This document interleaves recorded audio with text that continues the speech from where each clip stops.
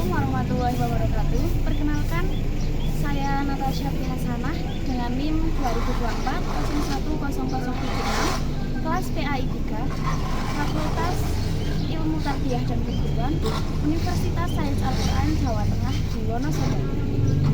Video ini saya buat untuk memenuhi tugas mata kuliah Bahasa Indonesia dengan materi yang berjudul Cara Perkembangan Ejaan Bahasa Indonesia dengan bahasan pengampu Bapak Soekarno MPD.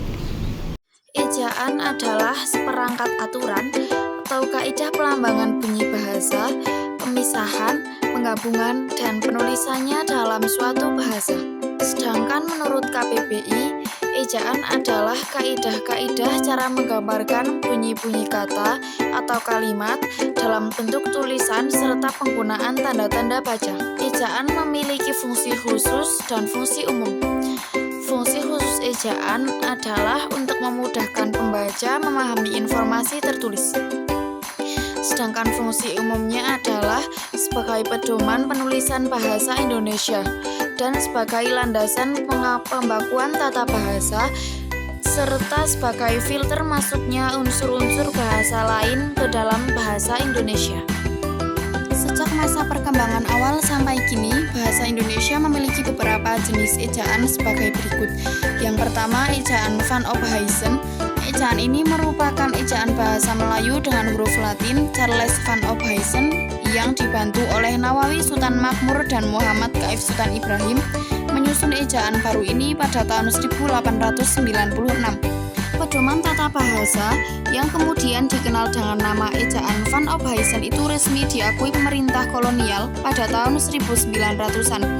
Yang kedua, ejaan Republik. Ejaan Republik diresmikan pada 19 Maret 1947 menggantikan ejaan Van Ophuijsen. Ejaan ini juga dikenal dengan nama ejaan Suwandi karena dibuat oleh sebuah tim yang dipimpin oleh Mr. Suwandi. Yang ketiga, ejaan Melindo atau Melayu Indonesia. Konsep ejaan ini dikenal pada akhir tahun 1959.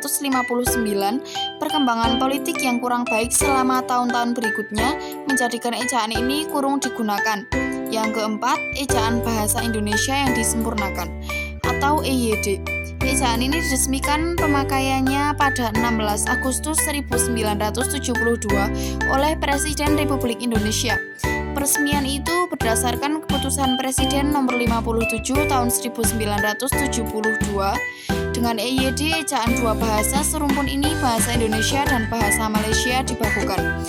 EYD untuk bahasa Indonesia digunakan mulai tahun 1972, sedangkan untuk bahasa Malaysia digunakan mulai tahun 1973.